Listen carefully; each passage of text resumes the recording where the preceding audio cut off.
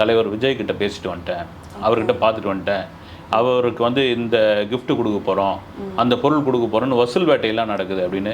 இல்லது 2ஆம் கட்ட 3ஆம் கட்ட தலைவர்கள்லாம் தனக்கு கீழே இருக்கிற பொறுப்பாளர்களை சரியாக மதிக்கிறது இல்லை, இந்த மாதிரி விமர்சனங்கள்லாம் இருக்குது. எனக்கு தெரிஞ்சு கட்சி ஆரம்பித்து இன்னும் 1 வருஷம் கூட ஆகலை, ஆனால் அந்த அளவுக்கு ஒரு விமர்சனம் வருது அப்படின் பொழுது இப்போதான் முதல் அடி எடுத்து வச்சுருக்காங்க. இதெல்லாம் மீறி இது வழக்கமாக எல்லா கட்சிகளுக்கும் இருக்கிற ஒரு விஷயம்தான் வந்து. இதெல்லாம் தாண்டி நான் ஒரு போன வாரத்துக்கு பார்த்தீங்கன்னா சாத்தூர் தொகுதியில் இதுமாதிரி உறுப்பினர் சேர்க்கை இது நடந்திருக்கு. அதில் பார்த்தீங்கன்னா ஒரு கிட்டத்தட்ட 100 பாட்டிங்க வந்து இணைஞ்சிருக்காங்க, வயசானவங்க. அது இதெல்லாம் கூட விமர்சனம் பண்ணியிருந்தாங்க, யாரோ கழவிங்களை இருந்தது அதெல்லாம் கூப்பிட்டு ஏமாற்றி கூப்பிட்டு வந்துட்டீங்களா இங்கே அப்படின்ற மாதிரி. இதில் இல்லைங்க, எல்லாம் வந்து விஜய்னு ஒரு நடிகர் இருக்காராம், யாரோ என்ன பண்ணாங்க, அவர் தான் பண்ணட்டுமே அப்படின்னு சொல்லி நாங்கள் வந்து இணைஞ்சோம்னு சொல்லியிருக்காங்க.